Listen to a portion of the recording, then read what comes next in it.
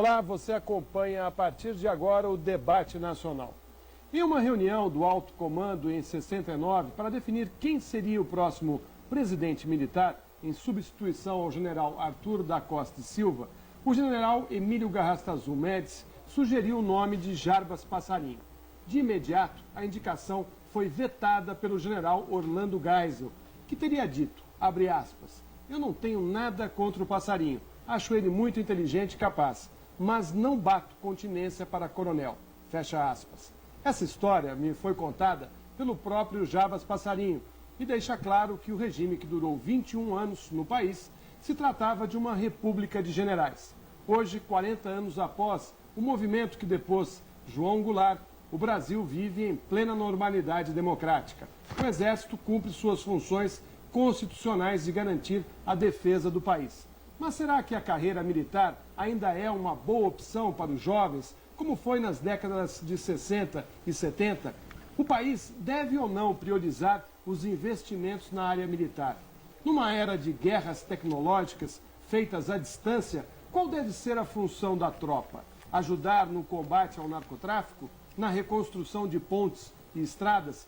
Para responder essas e outras questões, o debate nacional de hoje conta aqui em Brasília com as presenças do general Augusto Heleno Ribeiro Pereira, chefe do Centro de Comunicação Social do Exército, e do senador pelo PSB do Amapá, João Capiberibe. Em São Paulo, nosso convidado é o coronel Geraldo Leba Cavanhari Filho, e no Rio de Janeiro, o coronel Luiz de Alencar Araripe, ex-oficial-chefe de Estado-Maior e assessor do Conselho de Segurança Nacional no período de 79 a 85. Boa noite a todos vocês que estão participando aqui do debate nacional. General Augusto, qual o papel das Forças Armadas na democracia? Bom, nós podemos definir o papel das Forças Armadas utilizando um slogan que aparece na maioria dos nossos produtos de comunicação social. É o braço forte e a mão amiga. O braço forte, definido pelas nossas missões constitucionais, defender a pátria, garantir os poderes constitucionais, garantir a lei e a ordem. E a mão amiga, que é o emprego das Forças Armadas no desenvolvimento do país, em auxílio ao desenvolvimento do país.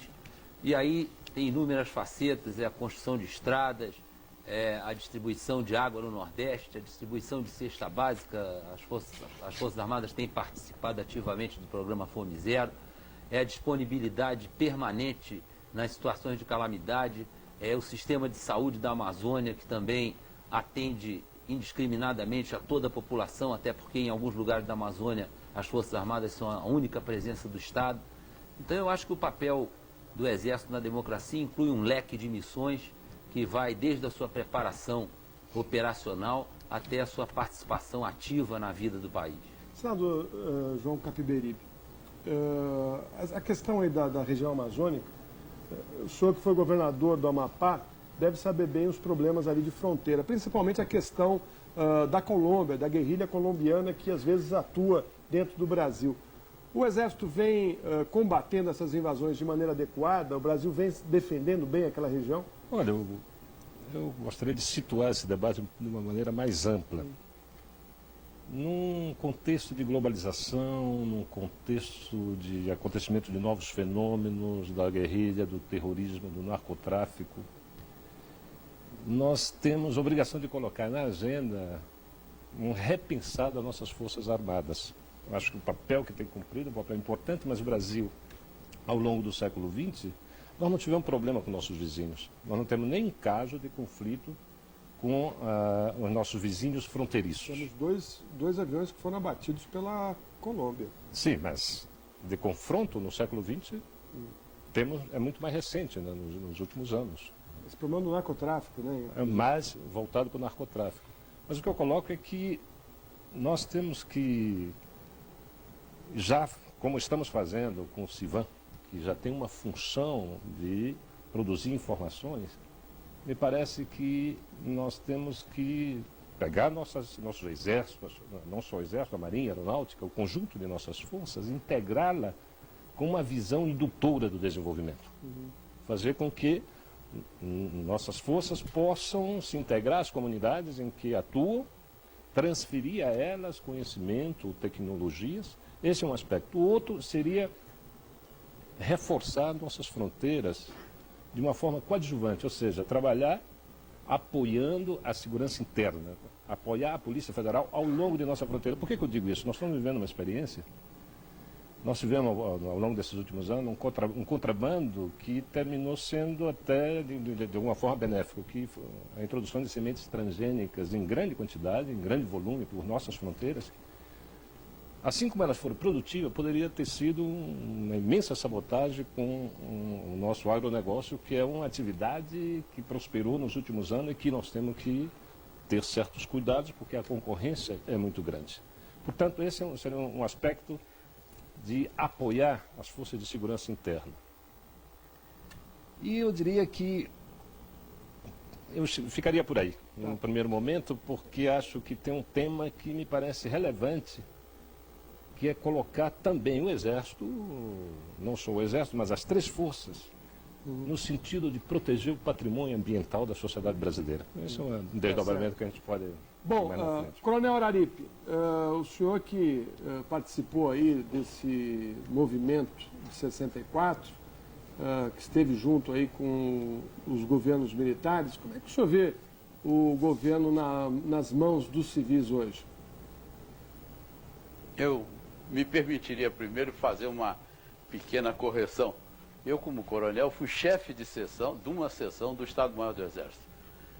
Bem, respondendo à sua pergunta, eu vejo que há uma modificação de todo o ambiente mundial e nacional. E o Exército não pode ficar ao arrepio dessa modificação. Então, as transformações que ele está sofrendo, e deve sofrer ainda, terão sempre em vista a evolução deste ambiente e, consequentemente, das missões que lhe devem ser atribuídas por lei. Me parece que essas missões devam ser discutidas e objeto de decisões dos órgãos competentes, vale dizer, do Congresso. E as decisões sejam informadas por debates, estudos em todos os meios de inteligência do país. Vale dizer, as universidades, as assembleias, enfim, toda a comunidade pensante do país e mesmo o povo, para que disso resulte uma exata colocação das Forças Armadas neste ambiente a que eu estou me referindo, que é novo. General Cavanhari, Coronel Cavanhari, o senhor acha que o fim dos ministérios militares foi benéfico para as Forças Armadas? É óbvio. Bem, eu defendo essa posição da criação do Ministério da Defesa, que eu gostaria de dizer que a retomada do debate sobre a criação do Ministério da Defesa foi feita pela Unicamp durante um simpósio que foi realizado em março de 1987, quer dizer, no ano da Constituinte. E quando fomos chamados a participar de um debate, realizar uma palestra seguida de debate no Congresso Nacional, na Assembleia Nacional Constituinte, na Comissão de Segurança e Defesa do Estado e da Sociedade, apresentamos essa proposta, a proposta de criação do Ministério da Defesa. Nós tínhamos como fundamento básico para a criação do Ministério da Defesa, primeiro, que era o caminho mais curto para se exercer o controle civil sobre as Forças Armadas. E o segundo, criado o Ministério da Defesa, seria possível dar unidade de ação à execução da política de defesa. Porque nós temos uma política de defesa, tínhamos uma política de defesa, como temos hoje uma política de defesa, mas à época da existência de 4 ministérios, quer dizer, considerando o ENFA e mais os 3 ministérios militares, nós tínhamos uma política de defesa que era traduzida segundo a versão da Marinha, segundo a versão do Exército, segundo a versão da Força Aérea. Quer dizer, não tínhamos unidade na execução dessa política de defesa. Hoje não. Hoje nós já vemos que há mais um maior entendimento. Agora, é verdade que houve sempre esse entendimento entre as forças singulares, mas só que agora esse entendimento é um entendimento forçado por uma decisão política. O senhor concorda, general, com essa posição? O senhor acha que foi benéfico ter aí um representante civil comandando, aí, unificando os interesses das Forças Armadas? Uma decisão política e que, dentro do contexto mundial, acompanhou um procedimento de várias nações, algumas até com expressão militar maior do que a nossa, e é uma decisão que não cabe ser discutida, ela tem que ser acatada.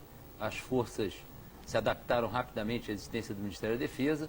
Concordo com o Coronel Cavanhari no aspecto de que as decisões agora são tomadas de uma forma mais conjunta e coordenada pelo Ministério da Defesa, e pouco a pouco nós estamos ainda nos habituando a trabalhar junto com o Ministério da Defesa, e pouco a pouco vai aumentar cada vez mais esse entrosamento, o papel do Ministério da Defesa cada vez vai ficar mais evidente, e eu acho que a decisão tem que ser cumprida e bem cumprida.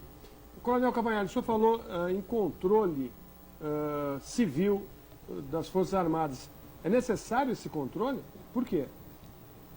Claro, porque quem é o comandante-chefe das Forças Armadas? É o presidente da República. Quer dizer, já o simbolismo do controle civil é que o presidente da República exerce o comando efetivo sobre elas. Agora, por que tem de ser o controle civil? Porque as Forças Armadas existem e existem para atender ao poder político. E não podemos nos esquecer que o poder político não é um poder militar. O poder político é de natureza civil. Uhum. Agora, eu queria retomar essa questão do papel das Forças Armadas, porque o senador João Capiberibe estava dizendo agora há pouco de outras funções que o Exército poderia ocupar, inclusive no combate ao narcotráfico. Eu queria saber do coronel Araripe se ele não teme uma contaminação do Exército atuando contra narcotraficantes. Porque a gente vê a Polícia Civil, que está mais envolvida nesse combate, acaba sendo contaminada e você acaba tendo casos de envolvimento de policiais com os traficantes. Como é que o senhor vê essa questão?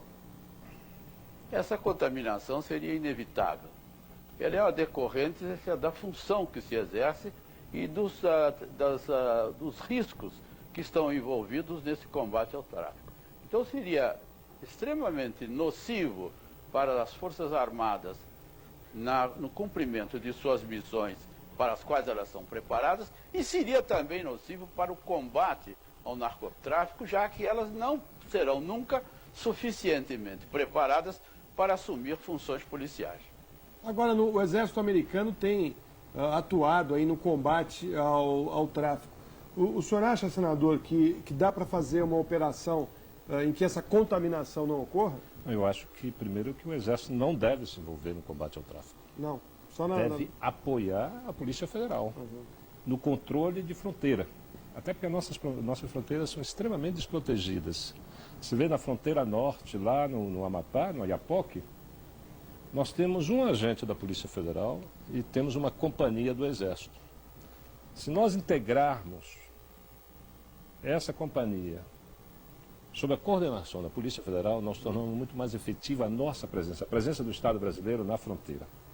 Na fronteira sul, o problema é o mesmo, e em toda a região da Venezuela, Colômbia, então ali praticamente nós não temos nenhum tipo de controle. Eu acho que o Exército, a Marinha Aeronáutica, pode contribuir enormemente, produzindo informações, apoiando todo o conjunto de ações desenvolvidas pela segurança interna, mas nunca se envolver diretamente no combate ao narcotráfico. Me parece que não seja a função, não é de maneira nenhuma função das Forças Armadas. Aliás, nós temos que repensar isso, colocar na nossa agenda, rediscutir nesse mundo globalizado, nessa formação de blocos econômicos. Por exemplo, nós estamos com o Argentina, o Paraguai e o Uruguai, formamos o Mercosul. Como é que se dá a integração das nossas forças nesse pacto econômico? E com o fenômeno do terrorismo, por exemplo, as Forças Armadas americanas, depois do ataque terrorista das Torres Gêmeas. Como é que fica, qual é a função das forças internas americanas, o Pentágono, né? O que é que ele está pensando? Não é? Porque a ação desenvolvida no Iraque, não é, foi quando atingiram a segurança americana, então eles partiram para fora. Não é? E o nosso país não disputa hegemonia militar. Nós não temos essa pretensão, até porque nossas forças, né, do ponto de vista tecnológico, não está nessa disputa. O que nós Não estamos... estão tão armados assim. Não, e também não está, não é uma potência hegemônica. Nós não seremos uma potência hegemônica, mesmo com o bloco econômico do Mercosul. O que nós estamos nos colocando é no campo econômico. O que nós queremos é espaço econômico. Como é que nós vamos integrar o conjunto de forças para que nos ajude a nos inserir no processo de globalização, no ponto de vista da economia e da melhoria da sociedade brasileira? Eu acho que esse é um ponto que nós devemos pensar, colocar na agenda, discutir e decidir. Coronel Cavanhaque, o senhor teria uma pista para essa discussão? Quer dizer, um caminho que poderia ser trilhado? Bem, as Forças Armadas, elas podem ser empregadas, aliás, elas não devem ser empregadas no combate direto ao narcotráfico, mas elas podem ser empregadas de modo a colaborar com as forças que executam a missão principal no combate ao narcotráfico, que são as forças policiais, com colaborar no campo da inteligência e da logística. Isto as Forças Armadas podem fazer e devem fazer. Agora, não cabe a iniciativa às Forças Armadas do que devem fazer neste campo de combate ao narcotráfico. Essa iniciativa é do Poder Civil, é do governo federal essa iniciativa, em dizer o que elas devem fazer e como elas devem colaborar.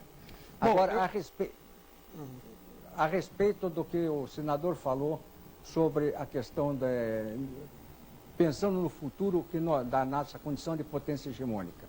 Bem, nós não somos potência hegemônica hoje porque não temos as condições necessárias para sermos. Nós somos uma potência média, não temos ainda o perfil de uma grande potência regional, teríamos de ter algumas condições para sermos reconhecidas como grande potência regional, como condições geopolíticas nós não temos condições econômicas nem condições tecnológicas, e quanto mais condições militares. Mas o que nós não podemos descartar é que no futuro nós não possamos vir a ser hegemônicos. Podemos vir a ser hegemônicos, porque nós não podemos tomar uma decisão a priori no campo histórico, pensando que no futuro esse nosso comportamento e essa nossa atitude vai prevalecer. Nós não sabemos. Nós não sabemos qual vai ser o futuro do Brasil. General Augusto, o senhor concorda? Olha, eu queria fazer uma colocação sobre o que o senador Capiberibe colocou, da participação das Forças Armadas no combate ao narcotráfico e também acrescentar as palavras do Coronel Cavanhaque. Esse apoio logístico, esse apoio de inteligência, ele já é dado atualmente. Nós damos toda vez que é solicitado, toda vez que é possível, nós damos apoio de inteligência e apoio logístico à Polícia Federal ou a qualquer outro órgão de segurança pública que demande esse apoio. Esse apoio inclui comunicações, alojamento, transporte. Então isso já acontece. Quanto à nossa participação mais efetiva, principalmente na área de fronteira, já está tramitando no Congresso Nacional um projeto de lei da autoria do senador César Borges, da Bahia, onde ele nos concede poder de polícia na área de fronteira, para que nós possamos combater, amparados legalmente, os ilícitos transacionais. Isso aí requer um estudo mais profundo, mas a verdade é que hoje, pelo texto constitucional, eu tenho certeza que o senador conhece melhor do que eu, o texto constitucional não contempla as Forças Armadas com poder de polícia. Então, as nossas atuações na chamada garantia da lei e da ordem... O que seria até temerário, né? Porque o soldado não é preparado para isso. Não, Exatamente. Sem considerar esse aspecto da preparação material, da preparação do ponto de vista operacional, para cumprir missões do tipo polícia, todas as vezes que nós temos sido empregados, e o próprio ministro da Defesa já caracterizou que hoje o nosso emprego nessa situação de crise é esporádico, é temporário, e sempre nós temos atuado com um amparo legal que nós consideramos bastante precário. É um decreto que nos concedeu o poder de polícia nessa situação de crise. E isso não, perante alguns juristas, inclusive, que já se pronunciaram, isso não nos concede o amparo legal necessário para participar nesse tipo de operação. Então, nos falta, inclusive, constitucionalmente, o amparo para que possamos atuar nesse tipo de operações, inclusive na área de fronteira, onde muitas vezes, como o próprio senador ressaltou, a presença do Exército é a única presença do Estado. Mas o senhor é a favor ou contra o projeto do César Borges? Não, nós temos a posição do comandante do Exército é que diante da situação que nós vivemos na fronteira, onde em muitos locais o Exército é a única presença do Estado, esse projeto tem que ser analisado com muito carinho e talvez seja conveniente que nós tenhamos regulado esse poder de polícia para que nós possamos atuar amparados legalmente. General, assim mesmo, o projeto ele contempla funções subsidiárias na faixa de fronteira, trabalhando em conjunto com a Polícia Federal. A ideia é que se estabeleça essa integração, salvo em regiões muito isoladas, aí então o Exército atuaria isoladamente com o poder de polícia. Bom, eu gostaria de levantar uma questão no próximo bloco, porque a gente vai ter que ir para o intervalo, sobre a questão nuclear. O Brasil, durante o regime militar, construiu o Angra 1 e Angra 2, desenvolveu aí uma tecnologia nuclear e existe a polêmica se devemos ou não ter a bomba atômica, ou pelo menos a tecnologia para podermos utilizar essa tecnologia para a construção de uma bomba atômica. Essa questão vai ser levantada no próximo bloco, nós vamos para o intervalo e daqui a pouco a gente volta.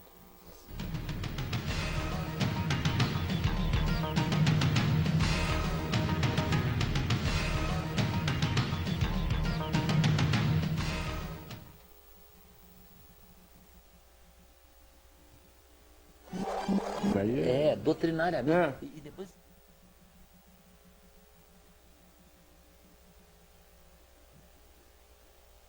Como polícia, alguém está deixando de trabalhar. Só falar também da questão da...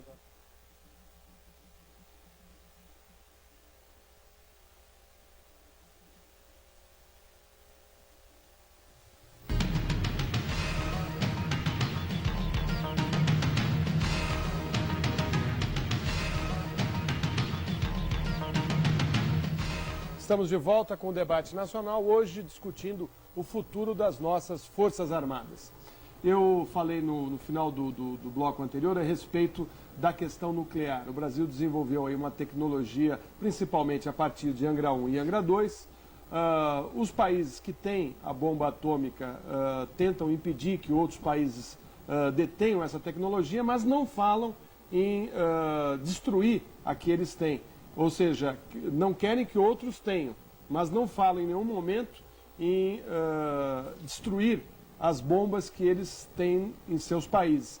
Então, eu gostaria que o coronel Araripe, lá no Rio de Janeiro, desse a sua opinião. O senhor é a favor da bomba atômica? O Brasil deveria ter sua bomba atômica? O Brasil não pode, nem precisa, nem deve ter bomba atômica. Agora, ele deve ter um desenvolvimento no ramo nuclear que, não digo hoje, nem amanhã, nem no horizonte previsível, mas quando as necessidades políticas se caracterizarem, ele tomar uma decisão soberana. Isso quer dizer o quê? Dar um desenvolvimento máximo grande à energia nuclear, naturalmente com todos os elementos coercitivos que existem hoje da parte das grandes potências, mas dentro desses limites pode-se fazer muita coisa. E não pensar que nós vamos, mesmo que quiséssemos, não poderíamos fabricar um engenho nuclear. Coronel Cavanhari, as nossas Forças Armadas, como foi dito agora há pouco aqui, não são lá muito bem aparelhadas. Ter a bomba atômica é meio que você dizer que você está em igualdade de forças com um país mais poderoso. Mesmo assim, a gente sabe que a bomba atômica é a destruição do planeta e isso ninguém quer. Como é que o senhor vê essa questão? Bem, como é que se diz? Eu justifico, quer dizer, eu concordo com as palavras do coronel Araripe, que ele falou a respeito de o Brasil não ter a arma nuclear. Nós temos de ver que o Brasil, quando tomou a decisão de renúncia à arma nuclear, foi pela Declaração de Iguaçu em 1985. E a formalização desta renúncia, juntamente com a Argentina, se deu a partir do Acordo de Guadalajara e culminou com o Acordo de Quadripartite. E por esse acordo, então, as duas principais potências sul-americanas concordavam em renunciar à arma nuclear, à posse da arma nuclear. Agora, houve mais tarde, já no governo Fernando Henrique, a adesão do Brasil ao TNP. Na minha opinião pessoal, eu creio que o Brasil deveria aderir desde que alcançasse alguma contrapartida, né, em benefícios pela renúncia definitiva à arma nuclear no marco do TNP, do Tratado de Não Proscrição de Não Proliferação Nuclear. Isso que devia ter acontecido, mas não houve, não ocorreu. Agora, pensando no futuro, eu concordo com o Coronel aí, porque nós temos que desenvolver ao máximo a nossa capacidade na tecnologia nuclear. Isso nós já temos algum desenvolvimento, principalmente no campo do ciclo do combustível. E temos algum desenvolvimento também na questão dos reatores nucleares, na questão de construção de reatores nucleares. O que está nos faltando agora é usarmos essa tecnologia nuclear, não necessariamente para produzir um artefato nuclear, mas para produzir algo que nós podemos deter, que é o submarino nuclear, que é o que eu sou favorável. O submarino nuclear, quer dizer, não é uma arma nuclear, é um vetor que é a propulsão nuclear. Isso nós podemos ter. Até agora houve um atraso de mais de 20 anos para se chegar a esse submarino nuclear. Qual é a vantagem dele para nós? É que nós temos responsabilidade no Atlântico Sul. É claro que a nossa presença no Atlântico Sul é uma presença pequena, mas é uma presença porque nós temos 8 mil quilômetros de litoral. Então nós temos uma faixa marítima muito grande e precisaríamos ter meios suficientes para termos essa presença naval significativa. O submarino nuclear é óbvio, se fizermos uma comparação com o submarino movido a diesel elétrico, como é o caso do submarino de propulsão clássica, o submarino nuclear apresenta inúmeras vantagens, desde a profundidade alcançada até a autonomia de operacional que ele possui. Quer dizer, nesse caso, nós podemos desenvolver a tecnologia nuclear para fins militares, para a produção de vetores. É o caso do submarino nuclear. Senador, o ex-ministro da Ciência e Tecnologia do governo Lula criou uma grande polêmica aí ao defender a bomba atômica, o direito do Brasil ter a bomba atômica. Essa não é a posição do PSB, né? Não, não é a posição do PSB e nós consideramos que a tecnologia nuclear mesmo para fins energéticos, me parece que não seja matriz para o nosso país. Nós temos um país de dimensão continental, tropical, um teor de umidade, de energia solar fantástica. Nós já temos experiência com a produção de biomassa, nós temos energia hidráulica, então nós temos amplas possibilidades de nos tornar autossuficientes em energias, mesmo sem usar o nuclear. Eu acho que o Brasil renunciou definitivamente o desenvolvimento e a participação em qualquer disputa bélica. Então, me parece que já encerramos esse capítulo. O que nós temos que desenvolver tecnologia para fins pacíficos, para transformar em melhoria de vida para a sociedade brasileira. Eu acho que esse é o ponto de vista do PSB em relação a não há um risco a gente ficar refém das grandes potências? Ô, Florestan, sim. Eu faço aí um ligeiro, não é um reparo no que o senador falou. Eu só gostaria de dizer o seguinte: nós renunciamos ao uso da arma nuclear, da arma de destruição em massa. Isso que nós renunciamos. Mas nós não renunciamos ao uso que possa ter a tecnologia nuclear para fins militares que não seja para arma de destruição em massa, que é o caso da arma nuclear. Por exemplo, se nós desenvolvemos a tecnologia nuclear para chegarmos ao submarino nuclear, nós fugimos ao compromisso, quer dizer, nós estamos longe ao compromisso assumido, que é a renúncia à arma nuclear. Nós não podemos confundir propulsão nuclear, que será dotado ou um navio de superfície de guerra, ou um submarino, os reatores nucleares, isso que nós, com a propulsão nuclear. Não podemos confundir propulsão nuclear com artefato nuclear, que é o objeto principal no que diz respeito à arma de destruição em massa. General, você acha que a gente pode ficar refém aí, um minutinho só, senador, dos países que detêm a bomba atômica, se nós não tivermos pelo menos o controle da tecnologia?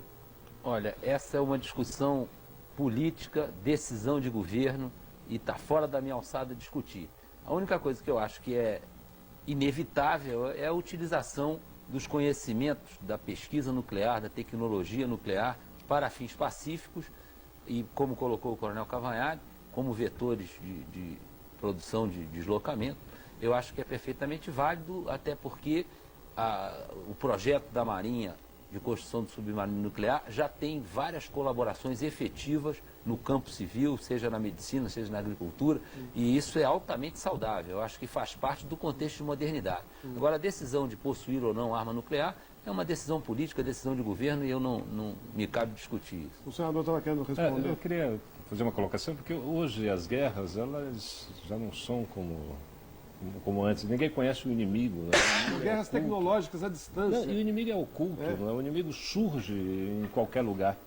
Então, eu acho que uma das vocações das nossas Forças Armadas é se preparar para a paz, não só dentro do nosso país, mas fora do país. Eu acho que nós temos, inclusive, algumas belas experiências, né, no Timor-Leste. A presença lá do nosso exército foi fundamental, foi decisivo, e nós podemos nos aprimorar. Então o senhor é a favor, por exemplo, de ter mandado tropas para o Haiti? O Brasil deveria estar participando Para a reconstrução, para a paz, eu acho que o Brasil tem que estar presente, e tem essa experiência. O Brasil tem uma longa tradição, nossas Forças Armadas têm uma longa tradição de paz. O Brasil tinha uma guerra. longa tradição também, senador, de produzir algumas armas bélicas.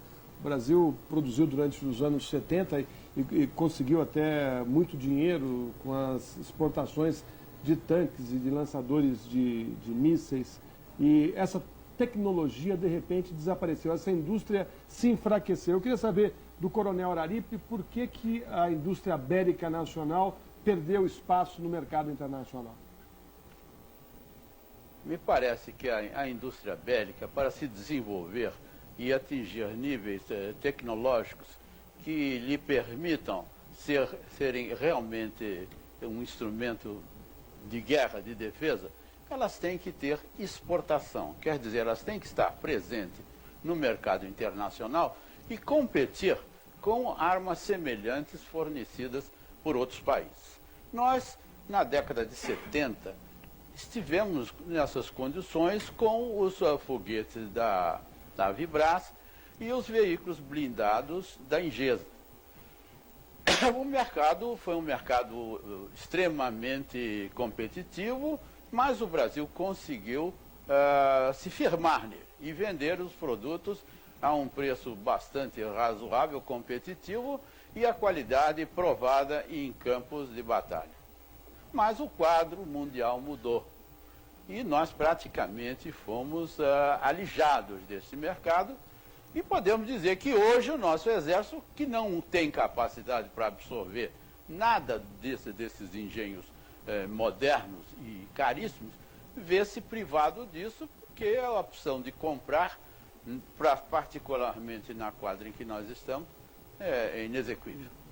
Então, a presença do Brasil no mercado internacional de armamento é um objetivo nacional, me parece, que deva ser perseguido, não para ser atingido hoje, que não é possível, mas num futuro próximo. Isso quer dizer desenvolvimento tecnológico com aplicação eventual no armamento. Coronel Lebar, o senhor acha que o fato de ter ocorrido aí a redemocratização do país acabou diminuindo ou reduzindo os investimentos na indústria bélica, que teve investimentos grandes na década de 70? Não. A redemocratização não teve não causou nada na indústria bélica brasileira. o motivo principal por que houve essa retração é que nosso mercado é que retraiu, que grande parte do nosso mercado eram compradores árabes, né? E esses mercados, depois da Guerra do Golfo, então esses mercados praticamente desapareceram para os nossos produtos. Então aí é que está por que a nossa indústria bélica praticamente quase faliu. Ela não chegou a falir definitivamente, quer dizer, sobrou alguma coisa, como foi a Embraer e a Avibraz, e que hoje estão se recuperando, estão voltando a competir no mercado internacional. A Embraer com aeronaves de ataque leve, como é o caso do Super Tucano, e a Avibraz, além com o sistema Astro, que também está entrando que pretende entrar em associação na produção de aviões, aviões militares. Então, o que nós estamos vendo é o seguinte: o que houve, que prejudicou a indústria bélica brasileira, foi que desapareceu o mercado principal para o qual nós vendíamos nossos produtos, que era o mercado árabe. Agora, no Oriente Médio. Isso não quer dizer que não tenhamos condições de voltar a conquistar outros mercados. Nós temos condições de voltar a conquistar. E para isso, vamos ver o seguinte: quando a Embraer foi privatizada, a Embraer, a produção militar não decaiu, ao contrário, ela aumentou a produção militar. Quer dizer, ela investiu na produção militar, na produção da aeronáutica militar. Por quê? Porque ela encontrou mercado, existe mercado e está produzindo para esse mercado. General, com relação aí à questão do Brasil e dos projetos aeroespaciais, o senhor acha que nós estamos no caminho certo? Quer dizer, mesmo depois daquele acidente que ocorreu em Alcântara, no Maranhão, o senhor acha que o Brasil está no caminho certo? É importante fazer esse investimento? Isso aí já foi definido também como política de governo. O presidente da República já disse que vai retomar esse projeto, vai investir nesse projeto. E está dentro desse contexto que nós não podemos abandonar da busca da modernidade, né? Há determinados vetores de modernidade que nós não podemos nos furtar de sermos independentes em relação ao resto do mundo.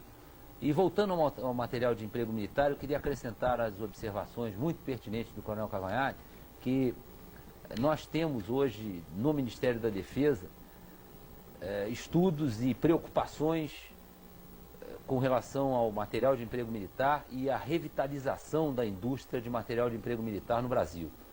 E como ele disse, isso é perfeitamente viável, apesar de nós sabermos que é um mercado extremamente difícil, um mercado onde o material é muito sofisticado, muito caro, sofre uma evolução tecnológica quase que diária, mas é necessário e é importante que nós voltemos a ter uma certa independência na fabricação do material de emprego militar. E aí dava para discutir mais algumas horas com o nosso senador em relação ao que ele falou sobre a guerra à distância. Isso aí é extremamente discutível. A análise das guerras recentes não levam a esta conclusão. As guerras podem até começar à distância, mas a prova lá na guerra do Iraque é que agora a guerra está sendo combatida lá a todos os dias na rua e vários dos conflitos ações terroristas que aconteceram. O problema é a questão do terrorismo. Não é? Você vê, por exemplo, o ataque nas Torres Gêmeas foi inesperado. Agora em Madrid, né? E isso se reproduz em todo o mundo. Não, isso é uma faceta da situação que foi criada no mundo. Mas as guerras, os conflitos recentes têm se desenvolvido com ações até bastante próximas às ações convencionais que caracterizaram os combates ao longo do tempo. É lógico que uma evolução tecnológica do armamento, a própria guerra do Iraque demonstrou o grande ato tecnológico que existia entre a tropa americana e a tropa do Iraque. Mas, na verdade, conflitos entre nações que não dispõem de tanta tecnologia, eles são conflitos aproximados e que acabam envolvendo até o combate corpo a corpo. Então, isso é extremamente discutível e nós aqui não vai dar tempo da gente discutir isso. Não, o terrorismo não ganha a guerra. Bom, eu antes de chamar o próximo intervalo, eu queria levantar aqui uma questão que vai ser respondida no próximo intervalo, que é a questão da corrupção. Hoje a gente abre os jornais e todo dia a gente vê aí notícias de desvio de verbas públicas, de corrupção, e aí os saudosistas lembram do regime militar. Mas eu faço a pergunta, será que durante o regime militar isso também não ocorria? Nós vamos ter a resposta para essa questão depois do intervalo. Até já.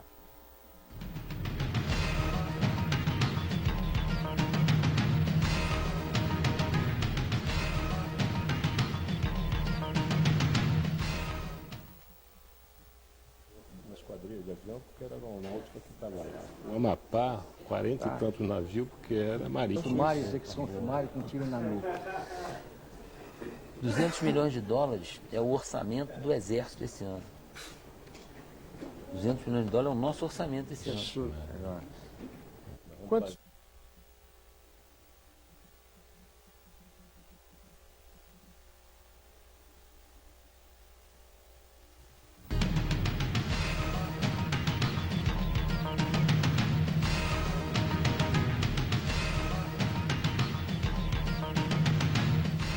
Estamos de volta com o debate nacional discutindo os novos desafios para as nossas Forças Armadas.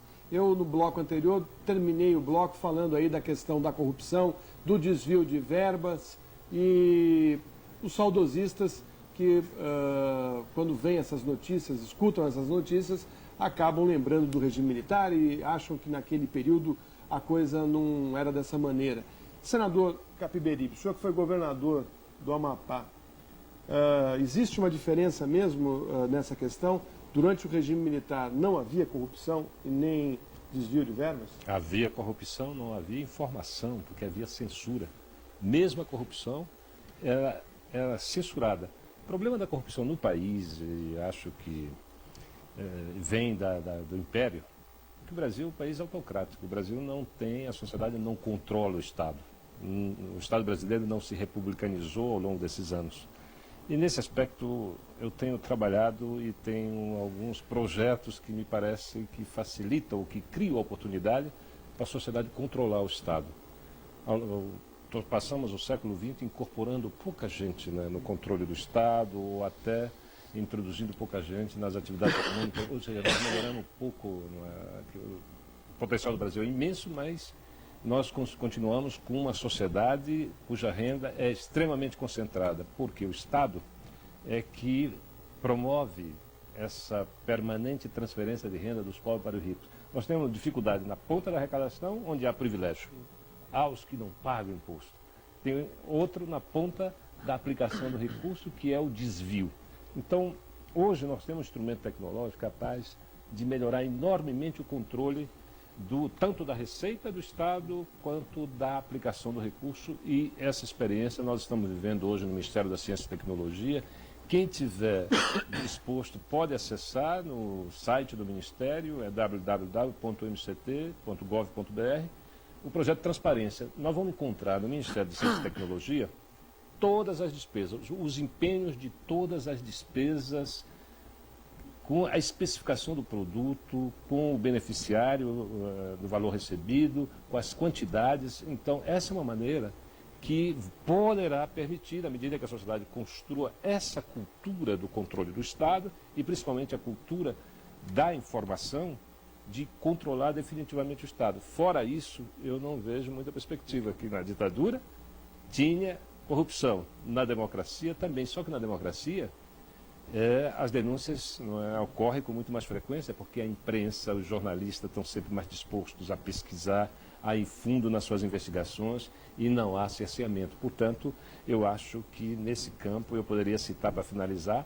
no Amapá, o Amapá, Roraima e Rondônia, os três estados, um governado pela Marinha, outro pela Aeronáutica, outro pelo Exército. O governado pelo Exército foi Rondônia. No final da ditadura, Rondônia tinha um parque de máquina, de tratores gigantesco. Roraima tinha uma esquadrilha de aviões, que até hoje ainda tem 20 e tantos aviões. E o Amapá tinha uma frota de barcos de 40 e tantas embarcações que não serviram para nada. Coronel Araripe, o senhor concorda? O senhor acha que no período do regime militar também ocorreu problemas aí de desvio de verba, de corrupção? Eu acho extremamente difícil e até um tanto ocioso uma comparação. Uma vez que hoje nós temos transparência. E na época dos governos dos presidentes militares, essa transparência era ocasional, digamos assim. Agora, a corrupção no país, eu me lembro de uma caricatura do Ângelo Agostini, na época do Floriano Peixoto, o marechal, que era um homem absolutamente honrado. E ele sentado à porta do Tesouro, tomando conta com um espadagão, e os homens de indústria, os empresários, os comerciantes, a jogarem sacos de dinheiro pela janela. Então a corrupção é uma instituição antiga no Brasil e nós só temos uma maneira de combatê-la, que é através da transparência. Isso não há dúvida nenhuma. Uhum. Bom, eu agora queria levantar a questão da carreira militar. Eu queria saber do Coronel Cavanhari se a carreira militar hoje é uma boa opção para o jovem, como foi no passado. Eu lembrei aqui, até antes de começar o programa, que a classe média, mesmo a classe mais pobre, via na carreira militar um caminho seguro de desenvolvimento não só intelectual, mas também financeiro. O senhor acha que hoje a carreira militar ainda é uma boa opção para os jovens? Não há dúvida que é uma boa opção. Nós não podemos confundir a carreira em si com a situação dos salários no Estado brasileiro. No Estado brasileiro nós temos uma bagunça salarial, né? Nós temos carreiras protegidas, de certo modo, por melhores salários, né? E carreiras que começam com R$1.000, R$2.000, e carreiras que já começam com R$10.000, R$7.000. Isso nós observamos dentro do Estado brasileiro. Então, isso aí que não pode ser considerado como um fator determinante se existem as vocações militares ou não. O que nós temos de ver é o seguinte: quer dizer, a carreira militar exige muito da pessoa que, de certo modo, que esteja vocacionado para ela. Porque se ele não estiver vocacionado, ele vai ser um eterno sofredor. Então, esse é o primeiro ponto que tem de ser levantado. E segundo, é uma boa carreira, não há dúvida. É uma carreira que eu diria que vale a pena seguir essa carreira, e ela está aberta para qualquer cidadão, seja o pobre, ou de classe média, ou de outra classe qualquer.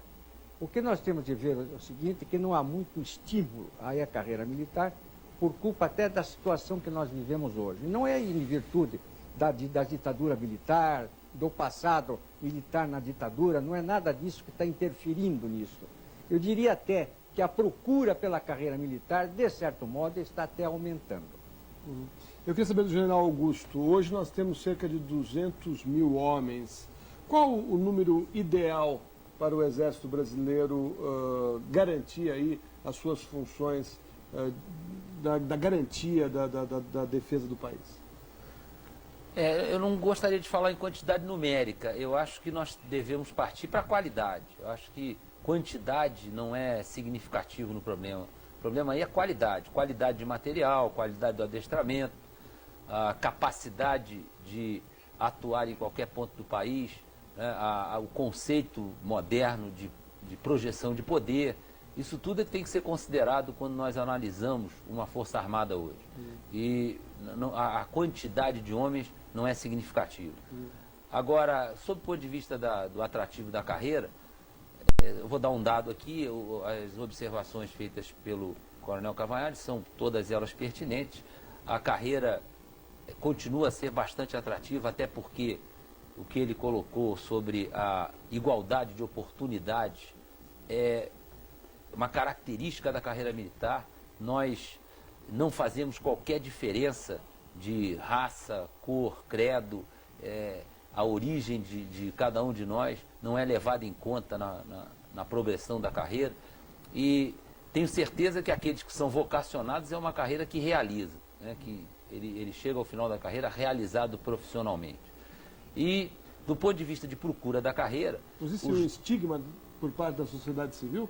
Não, ao contrário. Eu acho que as próprias pesquisas de opinião nos colocaram aí na última pesquisa realizada a pedido do Ministério Público pelo IBOP, nos colocou com 73% de aprovação, imediatamente atrás da Igreja Católica, que teve 74%, e considerando que a Amazônia não foi pesquisada, nós chegamos à conclusão que nós poderíamos até chegar em primeiro lugar nessa pesquisa. E como dado numérico, a procura pela carreira pode ser avaliada pelo número de candidatos que nós temos. Por exemplo, a Escola de Sargento das Armas, que funciona em Três Corações, e que forma o sargento da linha bélica, nós temos para 800 vagas 70 e poucos mil candidatos, 74 mil candidatos. Para a Escola Preparatória de Cadetes em Campinas, para cerca de 500 vagas, nós temos em torno de 15 mil candidatos. Então, e para as outras escolas de formação do Exército, a relação candidato-vaga é bastante expressiva. Então, me parece que a profissão militar ainda é compensadora. Agora, é uma profissão de sacrifício, tem algumas peculiaridades e exige esse detalhe da vocação. Senador, o Brasil vem aí há muito tempo querendo ter um lugar na ONU com relação ao Conselho de Segurança. Qual a importância do Brasil ter esse assento na ONU? Olha, eu acho que os especialistas que nos cercam aqui poderão dar uma resposta muito mais profunda do que eu vou dar. Eu acho que o Brasil, pela sua importância econômica, o Brasil está entre as 10 economias do mundo, pela sua população, nós temos mais de 170 milhões de habitantes, e o Brasil passa a ter uma importância muito grande na América Latina como um todo. Então, é evidente que essa reivindicação que é histórica do Brasil de ter um assento no Conselho das Nações Unidas, no Conselho de Segurança, me parece fundamental para que nos projete numa outra área que eu acho fundamental, na disputa econômica. Nesse aspecto, um assento do Brasil no Conselho de Segurança ampliaria as nossas relações econômicas, porque a questão nossa, já que nós renunciamos à disputa bélica, eu acho que isso, não sei se os especialistas aqui do Exército concordam comigo, mas eu tenho entendido que nós estamos fora das disputas bélicas.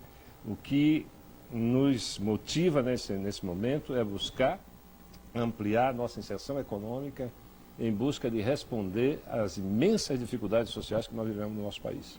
Como é que o senhor vê essa questão, Coronel Cavanhaque?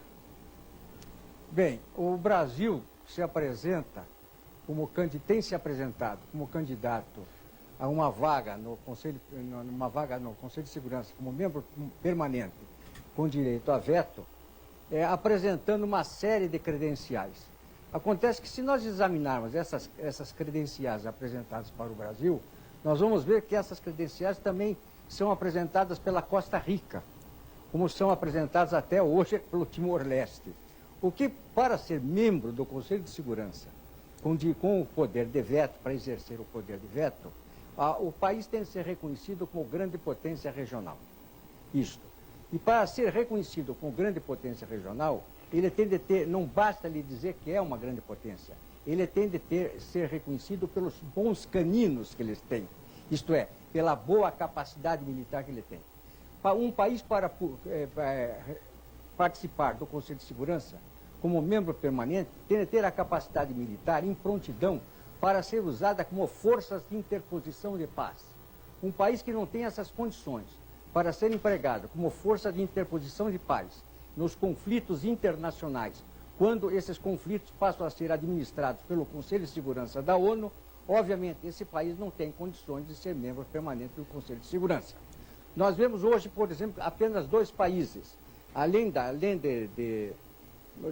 das grandes potências já reconhecidas, nós temos 2 países que, embora ainda não sejam reconhecidas como grandes potências, são 2 países que estão se apresentando nos conflitos internacionais, assumindo compromissos da ONU como forças de interposição. Isto é o caso da Austrália e do Canadá. Esses 2 países têm condições para ser reconhecidos como membros permanentes do Conselho de Segurança. O Brasil não. O Brasil tem fugido do desempenho dessas missões, que são as missões mais difíceis para o estabelecimento da paz nas regiões de conflito. Uma Índia não recusa um papel dessa natureza, como não recusa uma China, como não recusa qualquer país, que embora não seja ainda reconhecida como grande potência, como é o caso da Índia, que ainda não é uma grande potência regional, mas poderá vir a ser em breve, A Índia jamais recusará um papel dessa natureza. Nós temos recusado. Então, nós não temos condições de assumir os riscos que um membro permanente do Conselho de Segurança da ONU tem de assumir. Eu queria fazer uma colocação, que o Brasil tem uma longa tradição de paz. E os dois países citados, tanto o Canadá como a Austrália, eles são alinhados aos Estados Unidos e não à ONU. As ações que eles, é o que me parece, as ações que eles estão sempre dispostos a desenvolver junto com os americanos. Eu Não concordo com o senhor, não. O caso do Iraque, A Austrália esteve presente no Timor-Leste como força de interposição de paz. A Austrália está agora no Iraque também como força de interposição. Aliás, no Afeganistão, como força de interposição. Que é um conflito legitimado pela ONU, pelo Conselho de Segurança da ONU. Não é apenas os conflitos, não são apenas os conflitos administrados pelo Conselho de Segurança, mas os conflitos legitimados pelo Conselho de Segurança, como foi a Primeira Guerra do Golfo e como foi a Guerra do Afeganistão e como foi a Guerra de Kosovo. Concluindo, senador, rapidamente. Não, o que eu coloco é que esse alinhamento, e o Brasil não entraria no Conselho de Segurança da ONU para alinhar-se à potência hegemônica, seja europeia, seja americana. Eu acho que... Mas não é esse o caso. Ele não está se alinhando à potência hegemônica. Ele está assumindo um compromisso no marco da ONU. Ele está assumindo um compromisso dentro do Conselho de Segurança. Quer dizer, desde que o Conselho de Segurança... Inclusive, não, claro, se o Conselho de Segurança... Se o Conselho de Segurança chegar à decisão de que aquele conflito tem de haver intervenção da ONU, obviamente haverá forças que deverão ser empregadas para cumprir a determinação do Conselho de Segurança. E essas forças a serem empregadas não são apenas forças de manutenção da paz, são forças de interposição, forças que vão impor a paz numa área conflitiva. E depois é que surgir e serão empregadas as forças de manutenção da paz, que vão apenas administrar aquela segurança estabelecida para que ali se resolva o problema entre as partes envolvidas. Eu queria que o general respondesse rapidinho, porque o nosso tempo está acabando. Os militares, em vários momentos da história do Brasil, acabaram fazendo intervenções na área política. Existe essa possibilidade no futuro próximo? De que maneira? Nós não pensamos nisso. Eu acho que nós somos apolíticos, apartidários e estamos preparados para nos manter nessa situação e garantir o Estado Democrático de Direito. Tá certo. Bom, eu queria agradecer a presença de todos aqui nesse debate. Nós vamos ficando por aqui. Na próxima quarta-feira estaremos discutindo os assentamentos de terra e os caminhos da reforma agrária no Brasil. Até lá e uma boa noite para você.